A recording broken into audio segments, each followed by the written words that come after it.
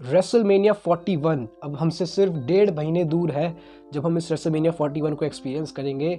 और काफ़ी लोगों के अनुसार से, काफ़ी लोगों के हिसाब से रेसलमेनिया काफ़ी ब्लैंड जा रही है। कुछ बढ़िया मेन इवेंट स्टोरी टेलिंग हम लोगों को देखने को मिल नहीं रही है। और पिछले साल से इसको कंपेयर करा जा रहा है जब rock, Roman Reigns, Cody Rhodes ये डेली बेसिस पर आते थे और कुछ ना कुछ बढ़िया चीज़, नई चीज़ देखने को मिलती थी, जिसकी वजह से हम लोग रेसलमेनिया के लिए इन्वेस्टेड हो गए थे। लेकिन इस साल देखा जाए तो कुछ बढ़िया चीज़ देखने को मिल नहीं रही है। और इसकी हाइप, मैं सच कहूँ तो summer slam, money in the bank या सर्वाइवर सीरीज़ जैसे शो के लिए लग रही है। ये अपने आप में काफ़ी अच्छे शोज़ है, लेकिन रेसलमेनिया को जो हाइप मिलती है, अगर आप पिछले साल भी एक्सपीरियंस करो, अगर आप एक पुराने WWE फ़ैन हो, तो उतनी बढ़िया हाइप इस शो को मिल नहीं रही है। क्या ये सच में ऐसा है या फिर हम सिर्फ टाइम को देख नहीं पा रहे हैं कि अभी 1.5 महीना बचा है और काफ़ी चीज़ें होने को पेंडिंग है? तो क्या ये हमारा भी जल्दी है इस चीज़ को कहना? और साथ ही साथ मैं मैच कार्ड प्रेडिक्शंस करने वाला हूँ इस शो की, जिससे ये शो मेरे ख्याल से तो एटलीस्ट अच्छा हो सकता है अभी के हिसाब से। तो आज हम लोग यही करने वाले हैं इस वीडियो में। सबसे पहले बात करते हैं मेन इवेंट सीन से, जो कि है main event J Uso versus Gunther for the world heavyweight championship. काफ़ी बैकलैश, काफ़ी ज़्यादा कंट्रोवर्शियल विन थी ये जे उसो के लिए रॉयल रंबल को जीतना, क्योंकि लोग सोच रहे थे कि John Cena, Drew McIntyre, CM Punk, Roman Reigns, Seth Rollins, इनमें से कोई जीतना चाहिए। और काफ़ी सेंसिबल लग रहा था जॉन सीना के लिए तो एटलीस्ट कि वो रॉयल रंबल को जीतेंगे। इवन वो लास्ट 2 में भी थे, तो लग रहा था जब जे उसो के साथ वो लड़ रहे थे तो लग रहा था कि जॉन सीना जीत सकते हैं इस रॉयल रंबल को। लेकिन ये काफ़ी बड़ा शॉकर WWE ने डाला।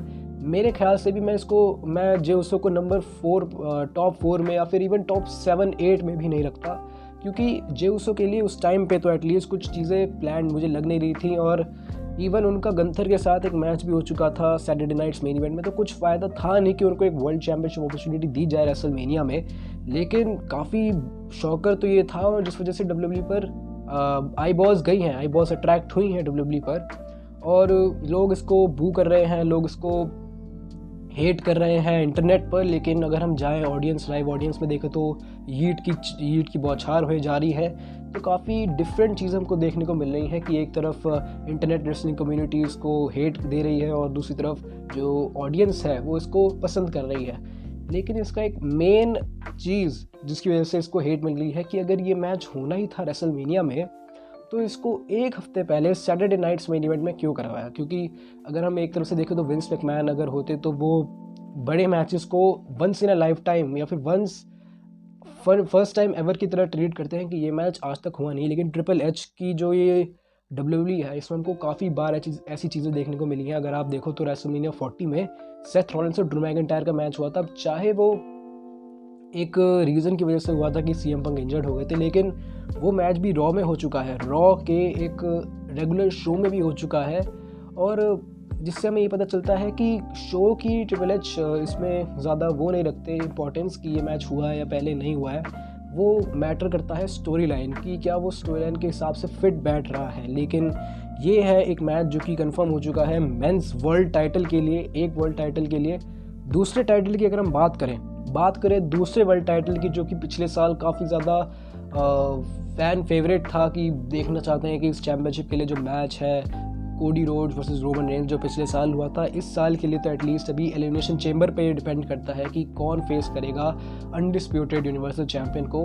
अभी कोडी रोड्स है चैम्पियन और एलिमिनेशन चेंबर इस हफ्ते ही होने वाला है और काफ़ी स्टैक्ड है। Logan Paul, डेमिन priest, CM Punk, Seth Rollins, Drew McIntyre और जॉन सीना होने वाले हैं। तो काफ़ी स्टैक्ड एलिमिनेशन चेंबर है। और मैं यहाँ पे अपनी प्रेडिक्शन दे देता हूँ, मुझे लगता है जॉन सीना इस मैच को जीतने वाले हैं, क्योंकि प्रीस्ट का कोई चांस बनता नहीं है। ड्रू मैकिंटायर को मैं चाहता तो हूँ, लेकिन ट्रिपल एच मुझे लगता नहीं कि ये ट्रिगर पुल करना चाहेंगे।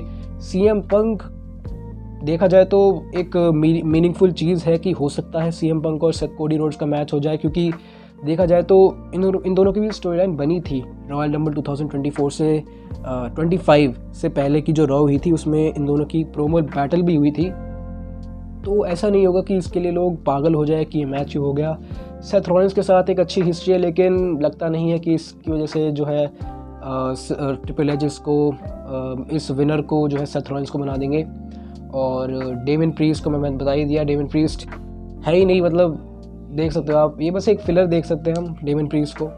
और जॉन सीना मुझे लगता है कि जीतने चाहिए इस एलिमिनेशन चेम्बर को, क्योंकि साफ सीधी बात है कि जॉन सीना की आखिरी रेसलमेनिया है, और एक रेसलमेनिया जॉन सीना की विदाउट एनी टाइटल विन या फिर एक बड़े मैच के बिना जॉन सीना को मज़ा देखने को मिलेगा नहीं।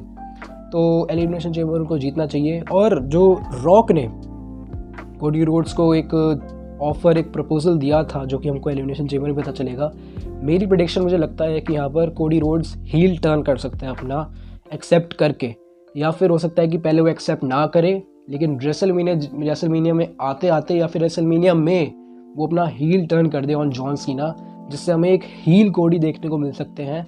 लेकिन मेरे ख्याल से एलिमिनेशन चेम्बर में हो सकता है, क्योंकि फेस वर्सेस फेस रेसलमेनिया का मेन इवेंट, वो भी चैम्पियनशिप के लिए उतना सूटेबल लगता नहीं है।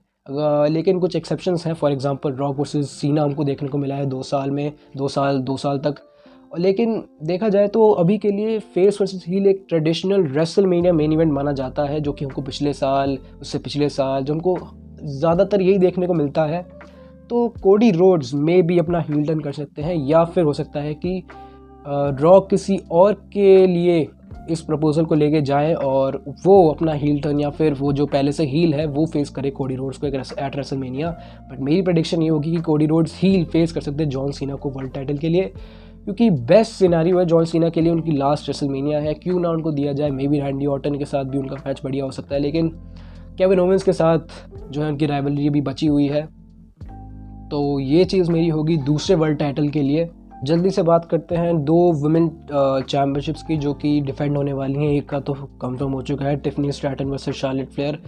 पता ही था कि अगर शार्लेट फ्लेयर इस रॉयल रंबल को जीतेंगी तो टिफनी स्ट्रैटन से उनका मैच होना चाहिए, रिया रिप्ली के साथ कराना ही नहीं चाहिए। और दूसरी तरह अगर हम देखें तो रिया रिप्ली के लिए एलिमिनेशन चेम्बर हो रहा है। तो एक प्रेडिक्शन अगर मुझे करनी हो तो एलेक्सा ब्लिस जीत सकती हैं, क्योंकि मोमेंटम है उनके साथ। और दूसरों को देखूँ तो मैं उनके साथ भी मैच अच्छा लगेगा, लेकिन एलेक्सा ब्लिस की जो वो कह सकते हैं मोमेंटम जो चल रहा है उनका, उसको ब्रेक नहीं करना चाहिए। या फिर दूसरा नेम अगर मैं लूँ तो कोई एक्चुअली है भी नहीं कि जो मुझे लगता है कि लड़ सके और मीनिंगफुल लगे एज ए रेसलमेनिया अपोनेंट। तो इसलिए मैं एलेक्सा ब्लिस को पिक करना चाहूँगा इस मैच के लिए। तो 2 women's world title championship matches ये हो गए। अब हम आते हैं वीडियो के काफ़ी ज़्यादा इंटरेस्टिंग पॉइंट पे, जो कि है Roman Reigns, Seth Rollins, CM Punk, Logan Paul, Kevin Owens, Randy Orton, Sami Zayn, इन लोगों का क्या हो सकता है रेसलमेनिया में, क्योंकि अपने आप में ये सुपरस्टार काफ़ी ज़्यादा बेनिफिट करेंगे रेसलमेनिया को, क्योंकि जो इनकी बुकिंग होगी रेसलमेनिया के लिए वही जो है लोगों का इंटरेस्ट जगाएगी। तो सबसे पहले हम बात करते हैं सबसे बड़ी चीज़ से, जो कि है Roman Reigns versus Seth Rollins versus CM Punk का ट्रिपल थ्रेट मैच, जो कि रूमर्स में है और देखा जाए तो हो भी सकता है, काफ़ी ज़्यादा चांसेस हैं इसके होने के। क्योंकि एक तो पहली बात बहुत ज़्यादा रूमर्स में है, दूसरा जब सीएम पंक ने एलिमिनेट करा सेथ रॉलिंस और रोमन रेंस को, तो काफ़ी देखने को मिल रहा है कि हाँ हो सकता है ये मैच। लेकिन मेरे ख्याल से ये मैच होना नहीं चाहिए, क्योंकि जैसा मैं हूँ, मैंने WWE को काफ़ी सालों से देखा है, तो मेरे को, या फिर देखा जाए तो वैसे भी ट्रिपल थ्रेट मैचेस तब होना चाहिए उन्हें जब एक चीज़ स्टेक पर हो, चाहे वो एक बेल्ट हो, चाहे वो किसी की कस्टडी हो, कुछ दाव पर होना चाहिए। या हो सकता है पॉल हेमन के लिए मैच हो जाए। लेकिन अगर हम देखें सेंसिबल वे से तो ट्रिपल थ्रेट हमको ज़्यादा देखने को मिलते नहीं है जिसमें कोई चीज़ ना हो, सिर्फ राइवलरी के बेसिस पे हो। अगर हो जाता है तो काफ़ी अच्छा मैच तो ये होगा, क्योंकि तीनों ही काफ़ी अच्छे मैचेस देते हैं। लेकिन वो सीएम पंक अगर हम देखें तो सीएम पंक की सेथ रॉलिंस से दुश्मनी है, रॉलिंस की रोमन से दुश्मनी है। रोमन और पंक की दुश्मनी अभी वैसी नहीं है कि हाँ इसको देखने के लिए हम इन्वेस्ट हो जाए, लेकिन निकाल लेगी WWE, 1.5 महीना है उनके पास। लेकिन देखूँ मैं सच में तो उतना मज़ा मुझे लगता नहीं है कि इस ट्रिपल थ्रेट मैच में आएगा। लेकिन मुझे लगता है कि इन तीनों में से एक मैच तो बनेगा, एक 1-on-1, जो कि होगा रॉलिंस वर्सेस रोमन रेंस। ये मैच रेसलमेनिया में होना चाहिए, क्योंकि एक बड़ी स्टोरी लाइन चलते आ रही है सर्वाइवर सीरीज़ से क्या, पिछले साल की रेसलमेनिया से ये चलती आ रही है। मतलब एक दूसरे के खून के प्यासे हैं, और जो अटैक करा था सेथ रॉलिंस ने, जिसकी वजह से अभी रोमन रेंस इंजर्ड है, हो सकता है कि एलिमिनेशन चेम्बर में वो आ जाए और उनको ही कॉस्ट कर दे एलिमिनेशन चेम्बर।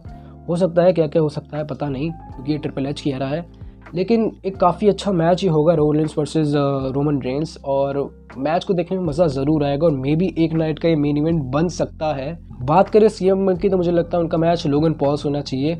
अभी भी रॉक ख़त्म हुई है जिस टाइम पे मैं इस वीडियो को शूट कर रहा हूँ, तो लोगन पॉल और सीएम पंक की प्रोमो बैटल हुई थी और लोगन पॉल ने इवन थप्पड़ भी मारा है सीएम पंक को। तो ऐसा नहीं है कि इस वजह से मैच हो सकता है, लेकिन रॉयल रंबल में भी एलिमिनेट करा है लोगन पॉल ने।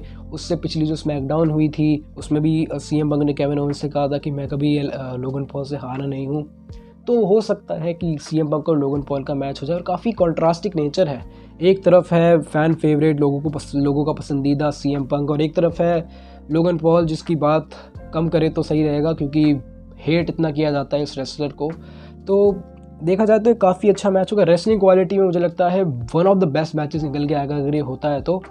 लेकिन लोग इसको अच्छा पसंद नहीं करेंगे क्योंकि उनको लगता है कि सीएम पंक का मैच किसी बड़े सुपरस्टार से होना चाहिए और लोगन पॉल से उनका मैच करा के उनके रेसलमेनिया का वेस्ट हो सकता है। तो ये चीज़ें भी देखने को मिल रही हैं कि सीएम पंक को किसी बड़े मैच में डालना चाहिए, लेकिन मेरे ख्याल से लोगन पॉल और सीएम पंक का मैच होना चाहिए। उसके बाद रैंडी ऑर्टन और केविन ओवेंस का मैच होना चाहिए। कोई चीज़ तो एटलीस्ट यहाँ पर एक स्टेपुलेशन होनी चाहिए, मे बी कोई स्टील केज मैच हो या फिर कोई नो डिस्क्वालिफिकेशन हो, कुछ तो यहाँ पे होना चाहिए क्योंकि ये राइवलरी वैसे बहुत पुरानी हो चुकी है। अब रैंडी ऑर्टन को देखे हुए भी बहुत टाइम हो चुका है, मतलब इस साल से वो आए नहीं है, 3 महीने होने वाले हैं उनको, और इवन दिसंबर में भी नहीं थे वो शायद से। तो काफ़ी ज़्यादा टाइम हो चुका है और केविन ओवेंस ने अभी तक सैमी ज़ेन से अपनी राइवलरी करी है और उनका मैच होने वाला है एलिमिनेशन चेंबर में। तो इसका मतलब रेसलमेनिया में उनका मैच होना मुश्किल ही है।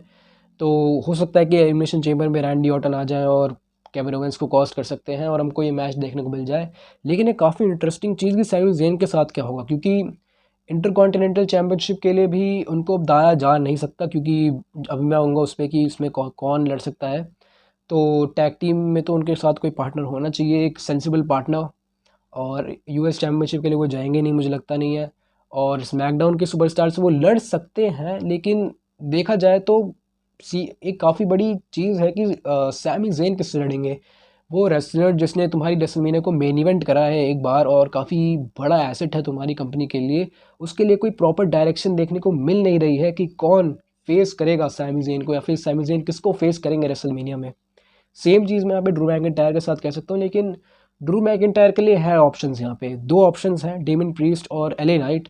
एले नाइट की अगर मैं बात करूँ तो एले नाइट अभी चल रही है, ट्रिपल थ्रेट मैच हुआ था एले नाइट, जिमी ऊसो और ड्रू मैकिंटायर का, और देखा जाए तो काफ़ी अच्छा मैच होगा क्योंकि एले नाइट एक ऐसा इंफीरियर सुपरस्टार है नहीं। और डेमन प्रीस्ट के साथ हो सकता है, लेकिन पर्सनली कहूँ तो डेमन प्रीस्ट के साथ अच्छा मैच नहीं होगा क्योंकि रॉ में देख चुके हैं, ऐसे क्लैश एट द कैसल में देख चुके हैं, तो आदत हो चुकी है इस मैच को देखने की, तो उतना मज़ा आएगा नहीं इस मैच के लिए।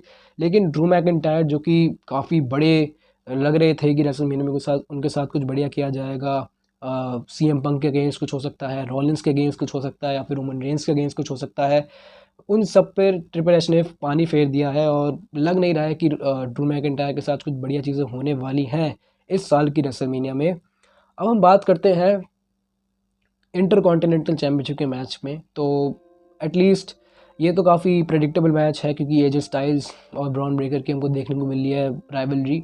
तो एजे स्टाइल जो कि पास्ट है, अपने लिए कमबैक को ढूंढ रहा है, और एक तरफ ब्रॉन ब्रेकर जो कि एक फ्यूचर है और सबको तहस नहस करते जा रहा है। इनका मैच काफ़ी ज़्यादा बढ़िया होगा मेरे लिए तो एटलीस्ट। और उसके बाद अगला मैच यहाँ पर यूनाइटेड स्टेट्स चैम्पियनशिप के लिए तो काफ़ी मिक्स्ड ओपिनियन है क्योंकि शिंसके नाकामुरा ने कुछ किया नहीं है यूनाइटेड स्टेट्स चैम्पियनशिप के लिए। उनका मैच अब एले नाइट के साथ होगा स्मैकडाउन में, लेकिन मेरे ख्याल से यहाँ पे जिमी ऊसो लड़ सकते हैं शिंसके नाकामुरा के अगेंस्ट, क्योंकि जे ऊसो एक तरफ लड़ रहे हैं गंथर से, तो जिमी ऊसो को एटलीस्ट एक मिड कार्ड टाइटल की अपॉर्चुनिटी मिल सकती है। इसके बाद अगर हम बात करें तो फिन बैलर और डोमिनिक मिस्टीरियो का मैच में लग रहा है काफ़ी ज़्यादा हाईली सस्पेक्टेबल है, हाईली लग रहा है कि ये मैच हो सकता है। और इसके अलावा टैग टीम डिवीज़न काफ़ी ज़्यादा अजीब चल रहा है, स्मैकडाउन का तो ज़्यादा ही चल रहा है क्योंकि मतलब किसी पे भी अटैक हुए जा रहा है, कभी स्ट्रीट प्रॉफिट्स आ रहे हैं, कभी प्रेटी डेडली आ रही है, कभी MCMGs आ रहे हैं, कभी DIY आ रही है। तो हो सकता है इनका फैटल 4-वे मैच करवाया जाए। और रॉ टैग टीम चैम्पियनशिप्स के लिए मे बी वॉर रेडर्स और ट्रीट ब्रदर्स का मैच हो सकता है। कुछ ज़्यादा इनके बारे में बात करना नहीं है क्योंकि टैग टीम डिवीज़न को ट्रिपल एच ने उतनी अच्छी तरीके से ट्रीट किया नहीं है कुछ टाइम से। तो इसके बारे में हम लोग बात ना करें तो अच्छा रहेगा, ट्रिपल एच पर इसको छोड़ देना चाहिए। तो काफ़ी डिफरेंट मिक्स्ड ओपिनियंस हैं रेसलमेनिया 41 के लिए, और मैंने कुछ जो प्रेडिक्शंस दिए अपने कार्ड के लिए वो काफ़ी अच्छी हैं। मैं तारीफ़ नहीं कर रहा अपनी प्रेडिक्शंस की, लेकिन देखा जाए तो काफ़ी अच्छी प्रेडिक्शंस हैं। और लेकिन ट्रिपल एच भी काफ़ी ज़्यादा मास्टरमाइंड है, क्योंकि उन्होंने मतलब हर रेसलमेनिया को बढ़िया तरीके से प्रोड्यूस किया है, उन्होंने टाइम लिया है हमेशा। एक चीज़ है कि उनके लिए टाइम बहुत ज़्यादा प्रेशियस है, वो टाइम देते हैं हर किसी स्टोरी लाइन को, जिसकी वजह से वो मैच और ज़्यादा बढ़िया लगता है देखने में। लेकिन इस बार वो टाइम ही काफ़ी बड़ी मुसीबत साबित हो रही है ट्रिपल एच के लिए। लेकिन ओवरऑल अगर मैं देखूँ तो रेसलमेनिया 41 को होने में टाइम है, 1-1.5 महीना है, और अभी पता भी नहीं कि क्या डायरेक्शंस है। लेकिन हो सकता है कि रेसलमेनिया उतनी मेमोरेबल ना रहे, लेकिन एटलीस्ट ये एक अच्छी रेसलमेनिया बनने वाली है।